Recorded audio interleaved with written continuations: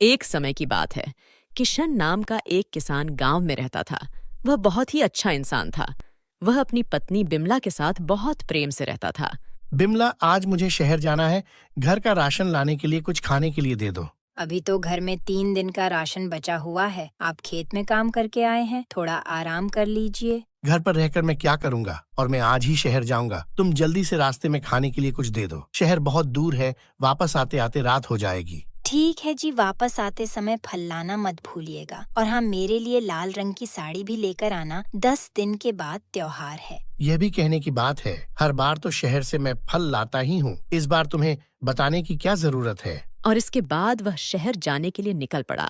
रास्ते में उसे एक पेड़ के नीचे बूढ़ा आदमी दिखा। किशन को बूढ़ा आदमी बीमार लगा। वह उसके पास जाकर उसकी परेशानी पूछता है। बाबा, कौन हो आप? आप देखने पर बीमार लग रहे हो। पहले तो मैंने आपको कभी यहाँ पर देखा नहीं है। बेटा, मेरा नाम राम प्रताप है। मैं करीम नगर से हूँ।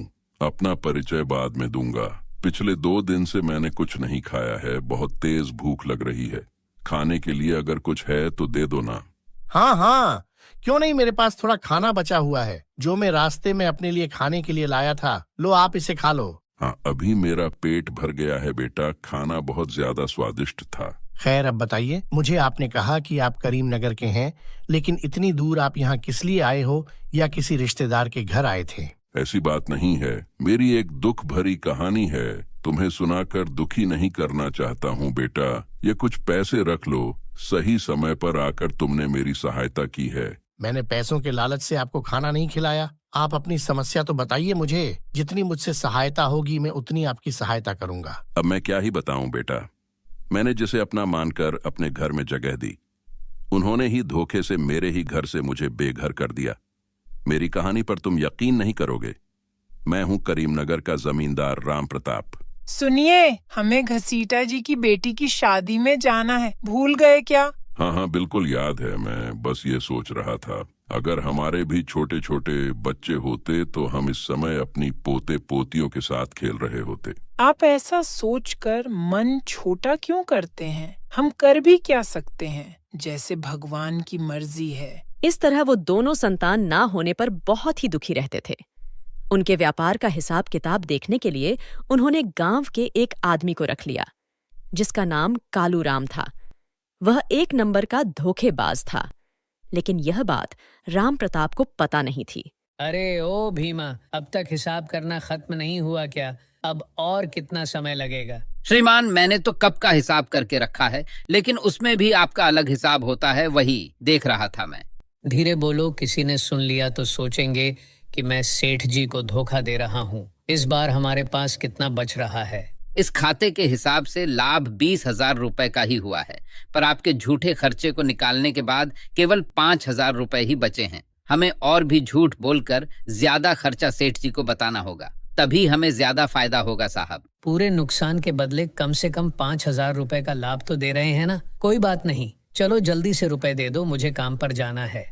यह लो साहब, पूरे 15,000 रुपए है। और हाँ, मेरा हिसाब भूलिएगा मत साहब। तुम्हारा हिसाब कैसे भूलूंगा? ये लो, तुम्हारे हिस्से के पूरे 1,500 रुपए हैं। ये ले लो। वह क्या, सिर्फ 1,500 रुपए दे रहे हो? मैंने सोचा इस बार कम से कम 2,000 रुपए मिलेंगे मेरे को। क्यों, क्या हुआ?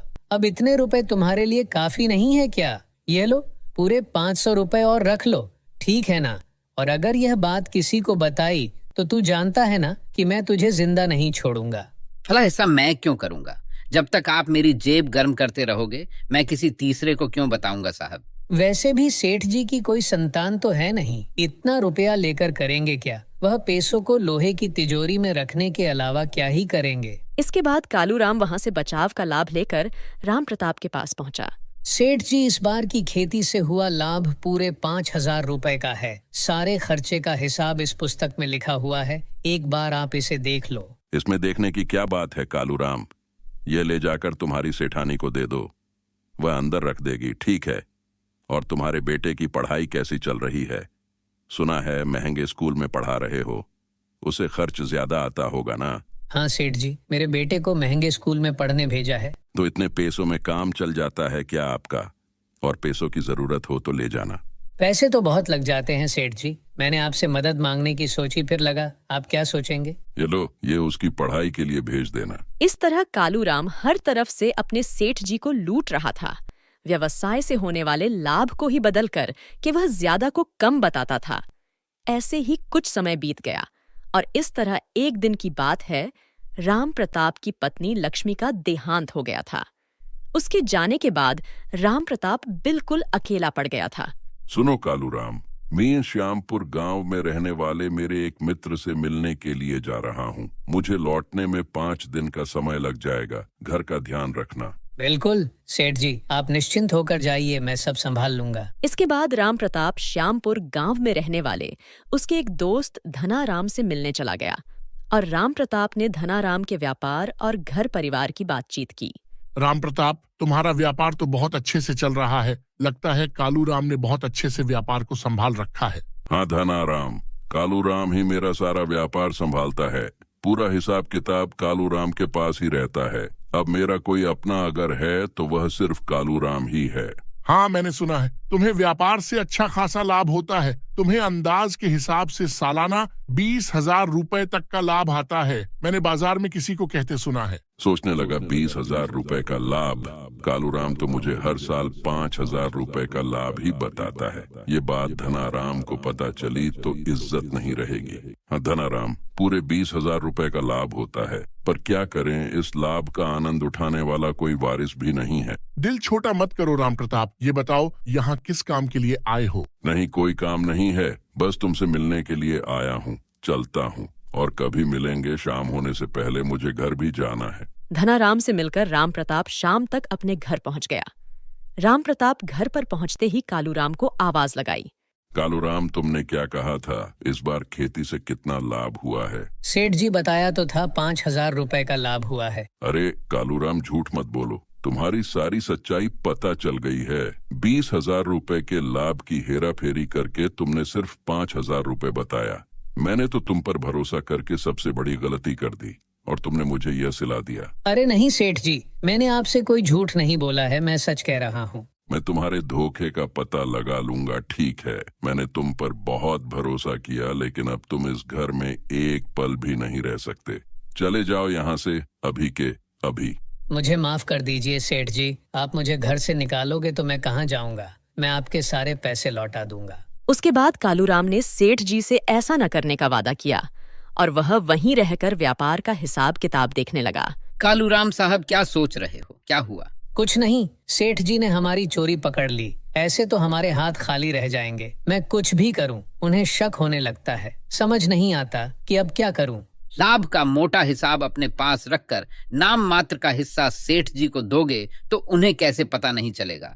अच्छा हुआ सेठ जी ने आपको घर से बाहर नहीं निकाला, घर में तो रहने दिया। आज तक तुम्हारी दी हुई सलाह से ही मैं यहाँ तक पहुँच पाया हूँ। अब तुम्हें मुझे इस मुसीबत से बाहर निकालना होगा। कुछ तो ऐसा करो कि सब ठीक हो जाए। सेठ जी जब तक जिंदा रहेंगे आपके हाथ कुछ नहीं लगने वाला। मतलब क्या कहना चाहते हो? मेरा मतलब कि क्या मैं सेठ जी को जान से मार दूं? आपने सही पकड़ा है। अगर आप ऐश और आराम की जिंदगी जीना चाहते हो तो आपके पास अब यह एक ही रास्ता बचा है साहब जी। अरे भगवान, खून करना छोटी बात नहीं है। यह काम मुझसे नहीं होगा।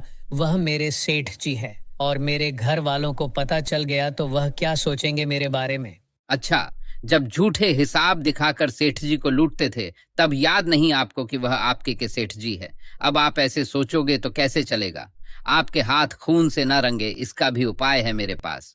पहले आप अपने रसोइया रमेश को अपने पास बुलाइए। जैसा तुम्हारा मन कहे तुम वैसा करो। उसके बाद उन्होंने रमेश को वहां पर बुलाया। देखो मेरे रसोइया भाई, क्या तुमने 15,000 रुपए एक साथ कभी देखे हैं? है भगवान, 15,000 रुपए मैंने तो सुना है बाबूजी, कभी देखे नहीं है। कालूराम जी आपको 15,000 रुपए देना चाहते हैं और बदले में तुमसे एक छोटा सा काम करवाना चाहते हैं। काम कर दिया तो पूरे के पूरे 15,000 रुपए तुम्हारे। बाबूजी, तुम कह रहे हो कि छोटा काम है और छोटे से काम के 15,000 रुपए देना चाहते हो। वह कोई छोटा काम नहीं हो सकता। चलो आप बताओ, मुझे करना क्या है? मुझे सही लगा तो मैं करूँगा, नहीं तो मैं छोड़ दूंगा। देखो भाई नरेश, अगर तुम मान जाओ तो यह छोटा काम ही है। जो तुम रोज सेठ जी के लिए खाना बनाते हो ना, उसमें तुम्हें जहर मिलाना है। उसके बाद तुम्हारा काम खत्म हो जाएगा। फिर 15,000 रुपए तुम्हारे।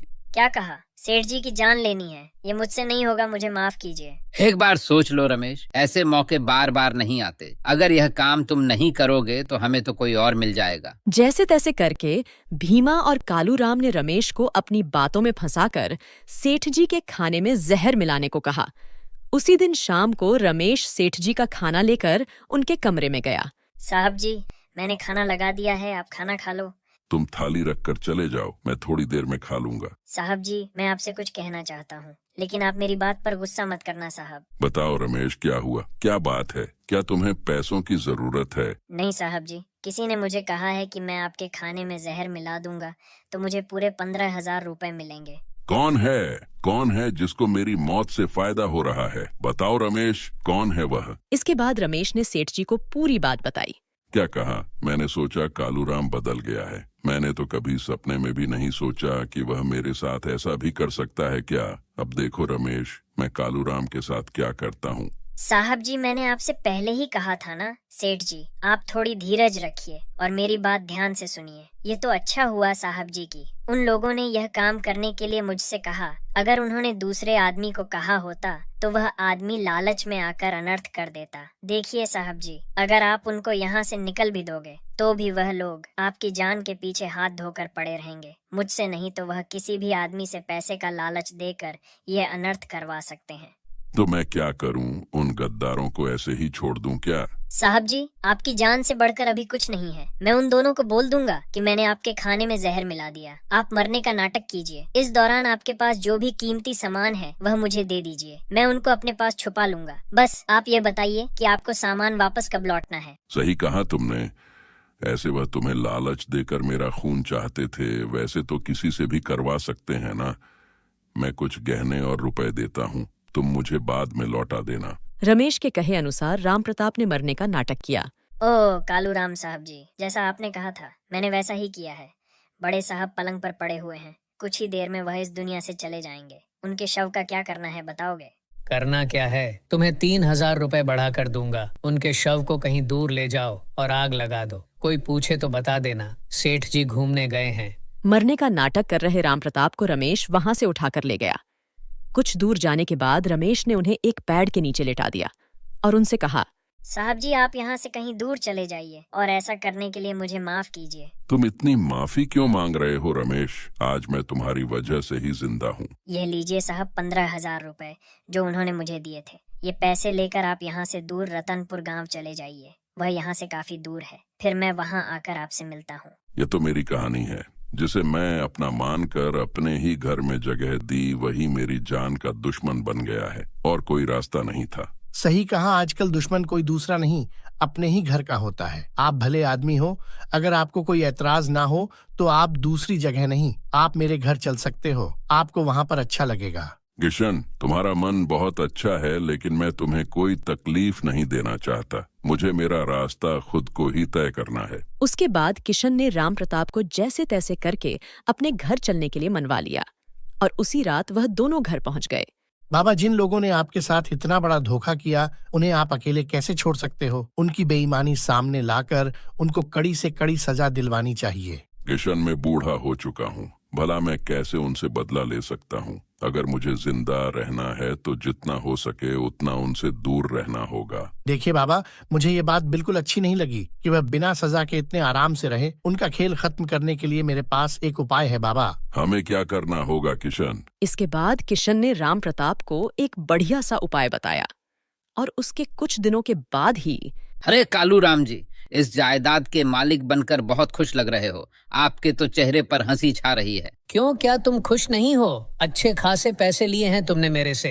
हम दोनों ने मिलकर किया, तभी तो ये हासिल कर पाए ना। वैसे तो वह अकेला इतनी जायदाद का क्या करता बताओ। यह लो पिछले 3 महीने का पूरा फायदा 8,000 रुपए। तुमने हिसाब तो बराबर किया है ना, या मैं जैसे घोटाला करता था वैसे ही किया है? अरे श्रीमान, भला मैं आपके साथ ऐसा क्यों करूंगा? ये सब असली खर्च का ही हिसाब है। या फिर आपको मेरे पर विश्वास नहीं है तो आप खुद जाकर ही हिसाब देख लो ना। हाँ, देख लूंगा। कभी ना कभी तो तुम्हारी चोरी पकड़ ही लूंगा मैं। ऐसा हुआ तो तुम्हें भी सेठ जी के पास भेज दूंगा। अगर आपने मुझे धमकी दी तो मैं यह सब जाकर पुलिस को बता दूंगा, फिर वह आपको जेल में लेकर जाएंगे। अरे मैं तो यह कह रहा हूँ कि हम दोनों मिलकर ही यह काम कर रहे हैं ना। हम एक दूसरे के खिलाफ कभी भी नहीं बोलते हैं। बस इतनी सी बात का बुरा मान गए आप।